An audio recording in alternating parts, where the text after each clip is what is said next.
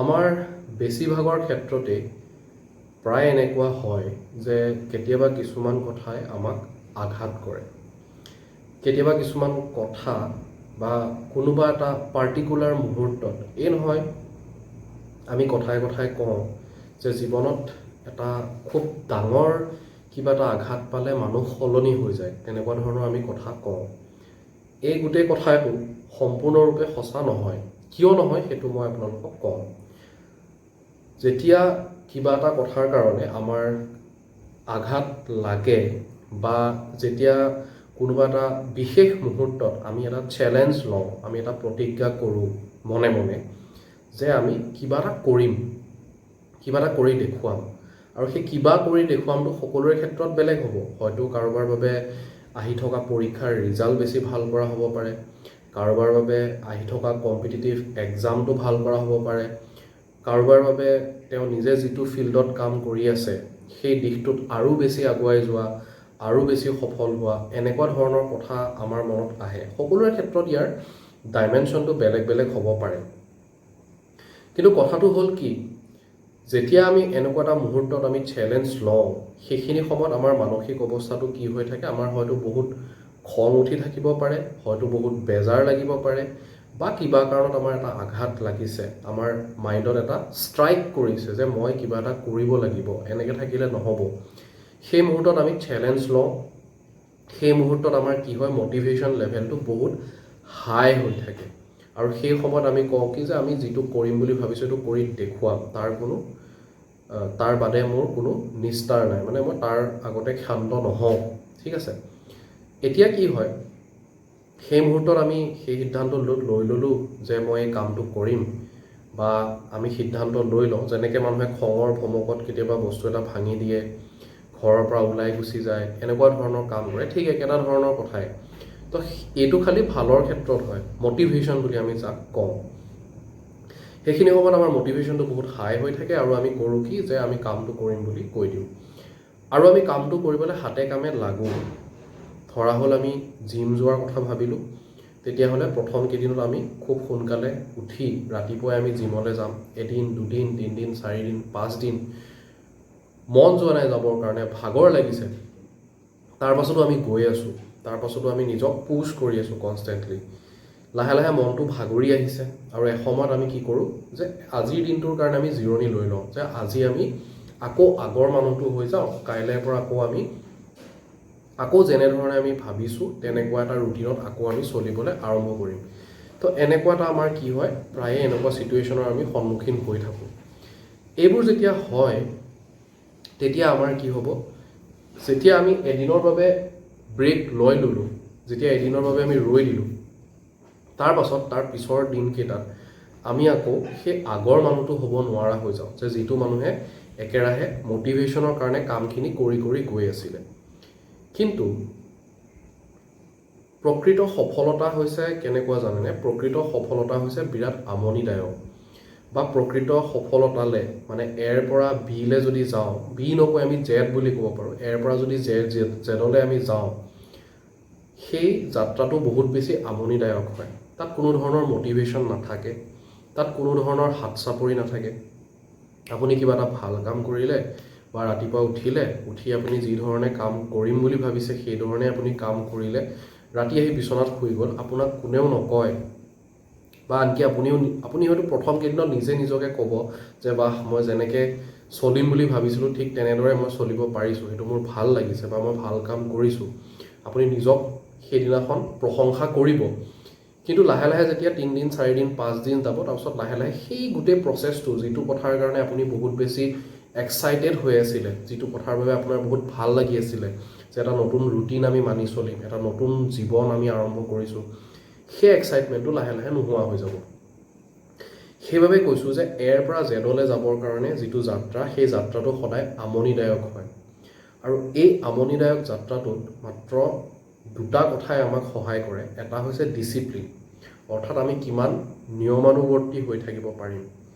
আমাৰ ৰাতিপুৱা উঠিব মন যোৱা নাই, ঠিক আছে, আমি অলপ দেৰিকৈ উঠিছোঁ, কিন্তু আমি নিজৰ যিখিনি দৈনন্দিন কাম আছে সেই কামখিনি আজি কৰিবলৈ চেষ্টা কৰিছোঁ।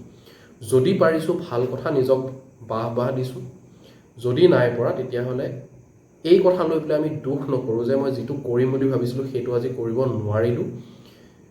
তাৰ সলনি আমি চেষ্টা কৰিম কাইলৈ আকৌ এবাৰ চেষ্টা কৰি চাম কৰিবৰ কাৰণে। আচলতে এই গোটেই যাত্ৰাটোত যিটো কনচিষ্টেঞ্চি আমি মেইনটেইন কৰিব চেষ্টা কৰোঁ, যে আমি সদায় ৰেগুলাৰ হ'বলৈ চেষ্টা কৰোঁ, আমি সদায় কামটো কৰি যাবলৈ চেষ্টা কৰোঁ, সেইটো হৈ থকাটো এটা বহুত বেছি আমনিদায়ক কথা। ধৰা হ'ল আজি আপুনি ভাবিলে যে মই আজি কোনোবা এটা চিলেবাছ মই এটা টপিক পঢ়িম, সেই টপিকটো পঢ়ি তাৰ পৰা মই PYQsখিনি আজি মই আলোচনা কৰিম বা সেই PYQখিনি মই ছল্ভ কৰিম। কিন্তু আপুনি টপিকটো পঢ়িলে, তাৰপিছত আপুনি ক'ৰবাত বাহিৰত যাব লগা হৈ গ'ল, যাৰ কাৰণে আপোনাৰ PYQ আলোচনা কৰা নহ'ল, মানে নিজে পঢ়ি চোৱা নহ'ল। ৰাতি বিচনাত পৰিব সময়ত আপোনাৰ লাগিব যে মই যিটো প্ৰমিছ কৰিছিলোঁ, যিটো কাম কৰিম বুলি ভাবিছিলোঁ, সেই কামটোতো কৰা নহ'ল। সেইটো লৈ আপোনাৰ কি হ'ব, আকৌ মনত চিন্তা হ'ব যে মই প্ৰমিছ কৰিছিলোঁ সেই কামটোৱে মই কৰিব পৰা নাই, পাছত মই যিটো এচিভ কৰিব লাগে সেইটো মই কেনেকৈ কৰিম। গতিকে এই যিটো প্ৰক্ৰিয়া, এই প্ৰক্ৰিয়াটোত আপুনি হাজাৰবাৰ ভাঙি পৰিব।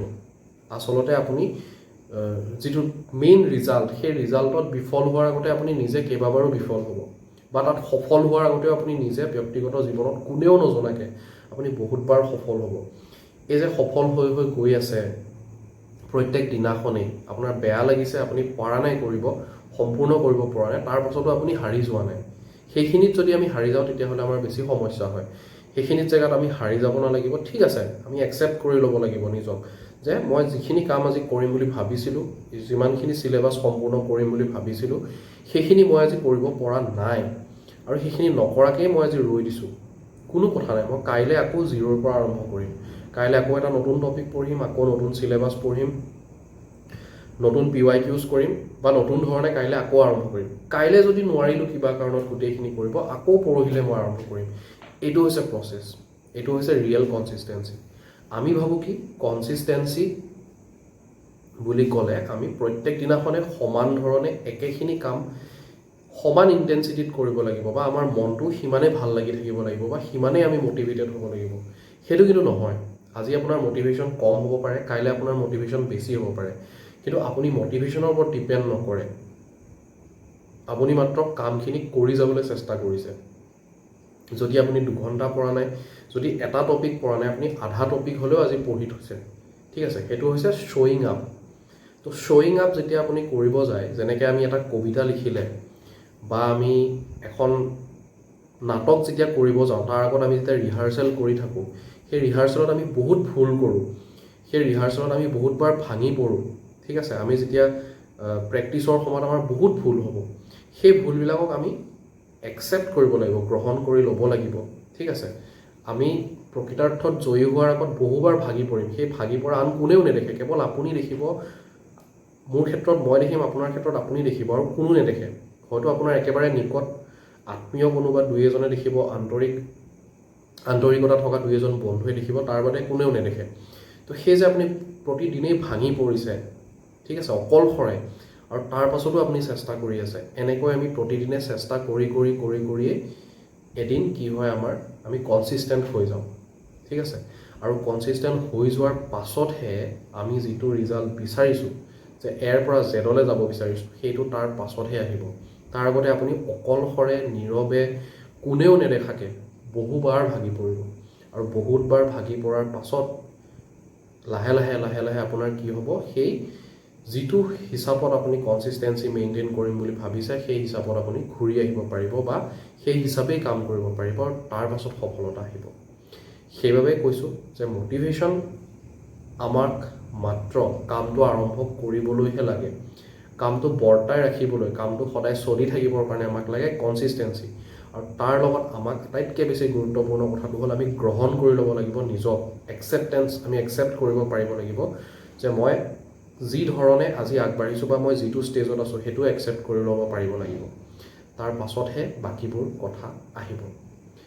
মই নাজানো আপুনি কি ক্ষেত্ৰত বা কেনেকুৱা ক্ষেত্ৰত আপুনি কনচিষ্টেণ্ট হ'ব চেষ্টা কৰিছে, মটিভেশ্যন ক'ত আপোনাৰ দৰকাৰ হৈছে, কি কাৰণত আপুনি ভাঙি পৰিছে, কি কথাই আপোনাক আঘাত দিছে। মাত্ৰ মই এইটো কথা আপোনাক ক'ব পাৰোঁ যে চেষ্টা কৰি থাকক, চেষ্টা কেতিয়াও নেৰিব, চেষ্টা চলাই থাকক। আপুনি আজি ভাঙি পৰক, 50% কাম কৰক, ভাগৰুৱা হৈ যাওক, কিন্তু এদিন আপুনি সফল হৈ যাব। ঠিক আছে, সেইটোৱে মই আপোনাক মাত্ৰ ক'ব পাৰোঁ। আৰু যি কাম কৰি আছে তাৰ বাবে আপোনালৈ বহুত বহুত মোৰ তৰফৰ পৰা শুভেচ্ছা থাকিল। ধন্যবাদ।